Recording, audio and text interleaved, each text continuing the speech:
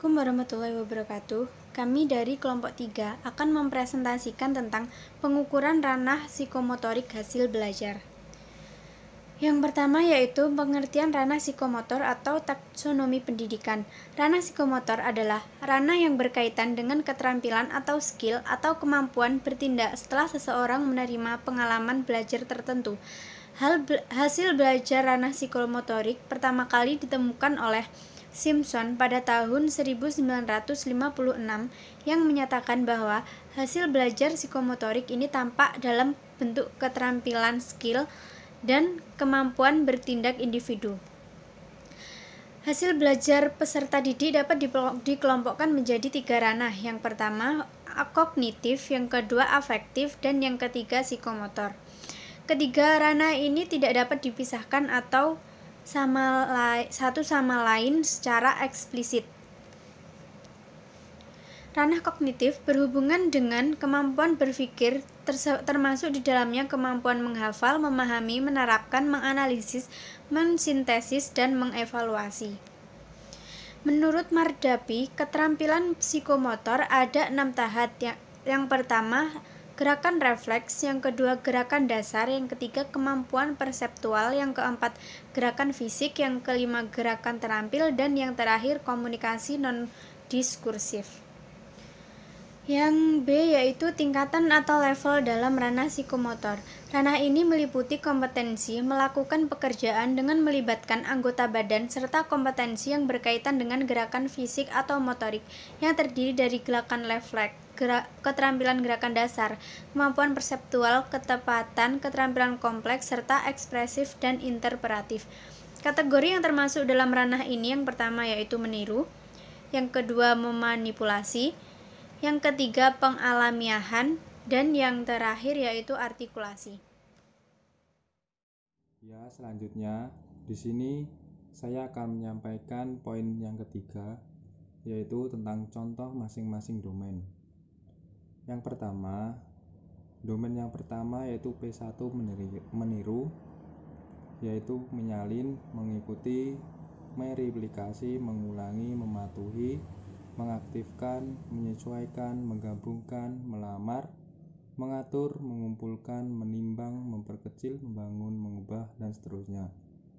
Yang kedua, P2 manipulasi, kembali membuat, membangun, dan lain-lainnya. Yang ketiga, P3 presisi, menunjukkan, melengkapi, menyempurnakan, mengkalibrasi, mengendalikan, dan seterusnya. Yang keempat, artikulasi, membangun, mengatasi, menggabung, beradaptasi, dan seterusnya. Yang terakhir yaitu naturalisasi, mendesain, menentukan, mengolah. Pada poin pertama tentang peniruan atau meniru, terjadi ketika peserta didik mengamati suatu gerakan, mulai dari memberi respon yang diamati, atau lebih mudahnya meniru gerakan yang dilakukan oleh orang lain. Contohnya, peserta didik meniru menendang bola saat dicontohkan oleh gurunya.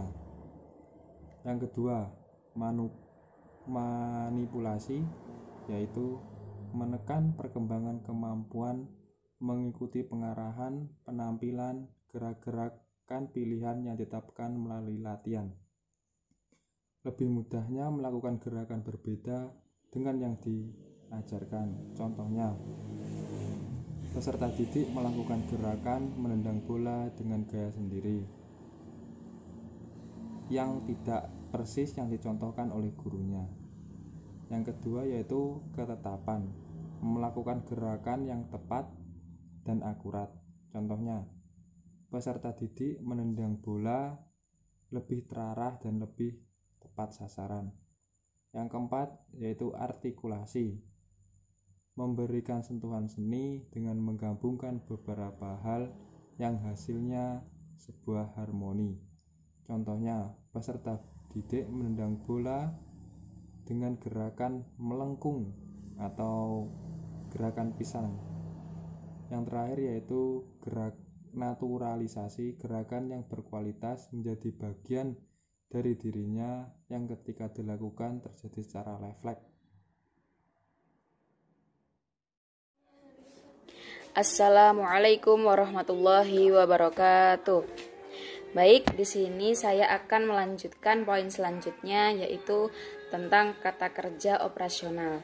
Berikut ada beberapa kategori jenis perilaku kemampuan internal dari kata kerja operasional. Yang pertama ada persepsi, menafsirkan rangsangan, mendiskriminasikan, memilih.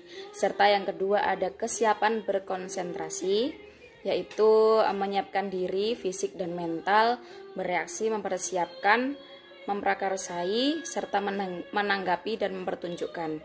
Yang ketiga ada gerakan terbimbing. Gerakan terbimbing di sini contohnya adalah mempraktekkan, memainkan, mengikuti, mengerjakan, membuat, mencoba, serta membongkar. Yang keempat ada gerakan terbiasa berketerampilan, yaitu berpegang pada pola, mengoperasikan, membangun, mengatur, mendemonstrasikan, menangani. Yang kelima ada gerakan kompleks berketerampilan, contohnya seperti luwes, supel, gesit, dan lincah. Yang keenam ada penyesuaian pola gerakan, yaitu bervariasi, mengubah, beradaptasi, mengatur kembali. Dan yang terakhir ada kreativitas, yaitu menciptakan hal yang baru, menyusun, mendesain, merancang, mengkombinasikan, mengatur, dan merencanakan. Terima kasih. Maka akan dilanjutkan dengan poin selanjutnya. Saya akan mempresentasikan cara pengukuran ranah psikomotorik hasil belajar secara langsung dan daring. Nah, pengukuran karakteristik atau gerak dalam ranah psikomotorik dilakukan terhadap proses maupun hasil belajar yang berupa tampilan perilaku maupun tindakan. Nah, dalam hal ini kita bisa menggunakan prinsip-prinsip, yaitu kecermatan, inderawi, kreatif, dan efektif. Nah, pengukuran ranah psikomotorik merupakan pengukuran yang dilakukan dengan mengamati kegiatan peserta didik dalam melakukan sesuatu. Nah, langsung saja, pengukuran ranah psikomotorik secara langsung dilakukan terhadap hasil belajar yang berupa penampilan. Adapun tindakan-tindakan dalam ranah psikomotorik, nah yang pertama meniru atau imitation. Pada tingkat ini, peserta didik diharapkan untuk dapat meniru suatu perilaku maupun tindakan suatu perilaku yang dilihatnya. Yang kedua, manipulasi. Pada tingkat ini menuntut peserta didik untuk melakukan suatu perilaku tanpa bantuan visual, sebagaimana pada tingkat meniru, misalnya dalam bentuk tulisan. Yang ketiga, ketepatan gerakan. Pada level ini, peserta didik mampu melakukan suatu perilaku tanpa menggunakan contoh visual maupun petunjuk tertulis dan melakukannya dengan lancar, tepat, seimbang, dan akurat. Yang keempat, artikulasi. Pada level ini, peserta didik mampu menunjukkan serangan gerakan dengan akurat, urutan yang benar, dan kecepatan yang tepat. Nah, yang terakhir, kulturisasi. Pada tingkat ini, peserta didik mampu melakukan gerakan tertentu secara spontan tanpa berpikir lagi cara melakukannya dan urutannya. Yang kedua, cara pengukuran secara daring. Pengukuran karakteristik psikomotorik secara daring seperti yang dilaksanakan pada pengukuran secara langsung. Namun, untuk melakukan penelitian secara daring, para pendidik bisa melakukan metode-metode yang telah ditetapkan bersama. Misalnya, blended learning adalah metode yang memadukan pertemuan tatap muka dengan materi online. Jadi, cara penelitian secara daring, guru harus bergerak dan mengakselerasi kemampuannya untuk mencari atau bahkan membuat materi ajar digital. Pendidik bisa memberikan materi dan tugas melewati video, rekaman suara, juga foto melalui media via WhatsApp, YouTube Live, Google Classroom, Google Meet, Zoom, dan lainnya. Misalnya, pendidik menyuruh peserta didik melakukan kegiatan praktik IPA, pendidikan jasmani, kerajinan tangan, dan lainnya.